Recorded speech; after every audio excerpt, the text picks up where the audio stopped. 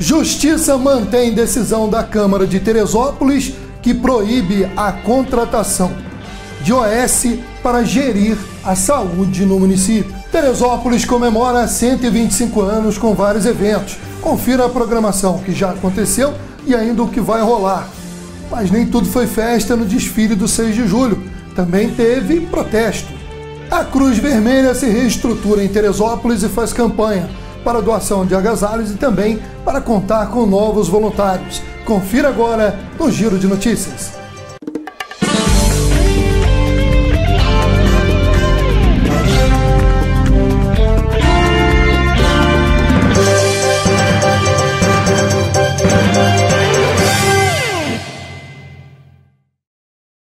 Nós iniciamos esta edição do Giro de Notícias falando sobre um assunto que tomou grande proporção esta semana de polêmica entre Prefeitura e Legislativo.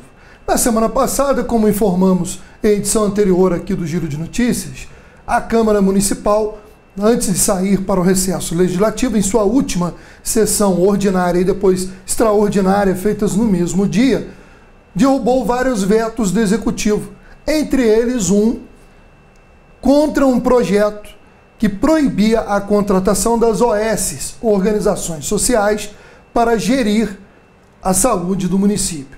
O projeto foi aprovado pela Câmara ainda na época do prefeito Arley, que vetou, o veto ficou engavetado, voltou para a Câmara agora, porque a Prefeitura já estava agilizando o processo para contratar duas OS extremamente polêmicas, como também já falamos aqui no Giro de Notícias. Uma delas com sede em São Pedro da Aldeia, na região dos Lagos do Rio de Janeiro, e a outra com sede em Bragança Paulista, no interior de São Paulo.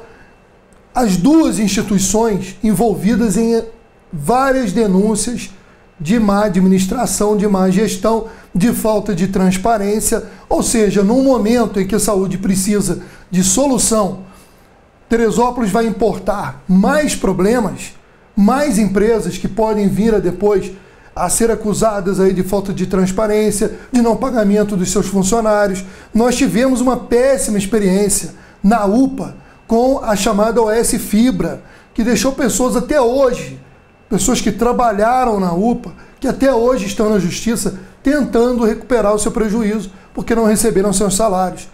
A Prefeitura apressou um processo que também foi pouco transparente, porque no dia em que houve a publicação no Diário Oficial da contratação dessas empresas, o site da Prefeitura ficou fora do ar a parte do Diário Oficial. Ou seja, realmente algo não estava bem nessa situação. A Câmara vetou, ou melhor, derrubou o veto. A Prefeitura, como também é seu direito, o prefeito tem esse direito, recorreu à Justiça para anular a decisão da Câmara, só que a decisão foi mantida. Durante o desfile de 6 de julho, que nós temos transmitido, reexibido aqui na nossa programação, uma discussão entre o prefeito Mário Tricano e o presidente da Câmara, Maurício Lopes, foi um dos grandes assuntos, porque Tricano passou a atacar a Câmara, dizendo para os populares que não poderia contratar médicos em virtude da decisão da Câmara. Maurício Lopes rebateu, houve clima tenso entre os grupos políticos, e a questão, no momento, é que a Câmara conseguiu a vitória judicial e está proibida a contratação dessas OS. Bom, daqui a pouquinho a gente volta a falar de Teresópolis, mas agora nós vamos abrir espaço para uma matéria muito importante. A Lei Seca vai completando 8 anos de operação em todo o Brasil e reduziu o número de acidentes de trânsito no país.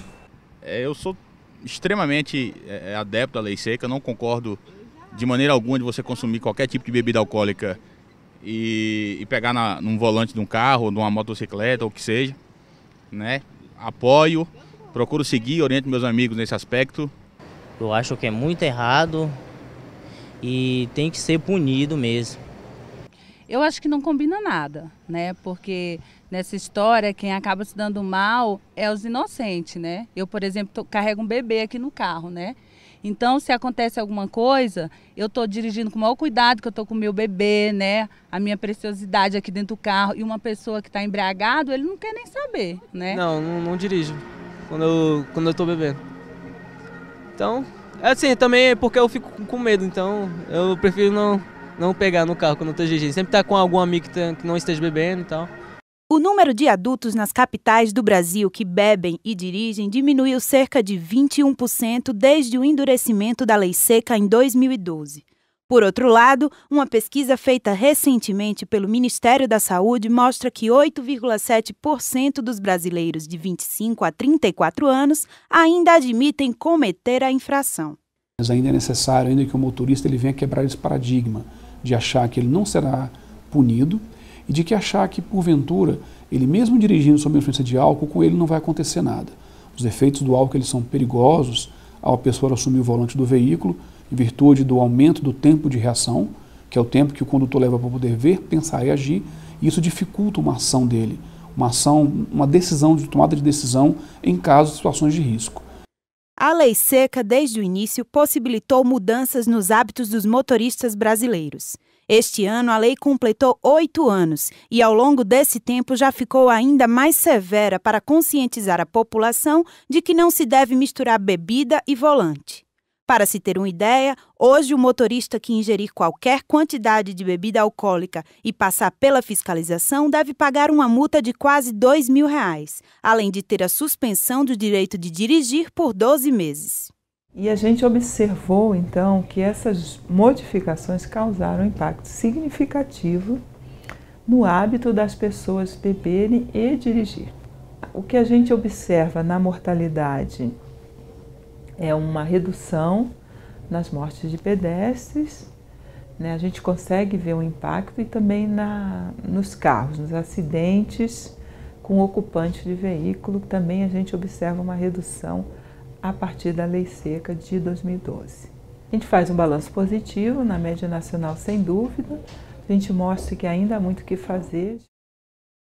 Com o objetivo de reduzir os índices e prevenir as lesões e mortes nas ruas e nas estradas, o Ministério da Saúde criou o projeto Vida no Trânsito. A iniciativa foi lançada em 2010, como resposta aos desafios propostos pela Organização das Nações Unidas para a década de ações pela segurança no trânsito, que corresponde ao período de 2011 a 2020. Em 2013, o projeto foi expandido a todas as capitais e municípios brasileiros com mais de 1 milhão de habitantes. Somos nós da saúde que vamos e cuidamos e tratamos, e por isso nós tomamos a iniciativa de começar a intervir nesse problema. Eu não quero só assustar as pessoas com uma lei rigorosa, né, e elas deixarem de fazer um comportamento, mas eu quero também mudar isso, né? Eu quero que seja uma coisa permanente. Tá? E o projeto Vida no Trânsito se propõe a fazer essa mudança. Voltando para Teresópolis, falando da reestruturação da Cruz Vermelha Brasileira. A instituição tem nova diretoria na cidade e busca aí mostrar que vive um novo momento, uma nova fase. Nós estivemos conversando com o vice-presidente da instituição na cidade, que falou sobre a campanha de doação de agasalhos e também para trazer novos voluntários à Cruz Vermelha. 2 vezes por semana, um estande da instituição estará na Calçada da Fama.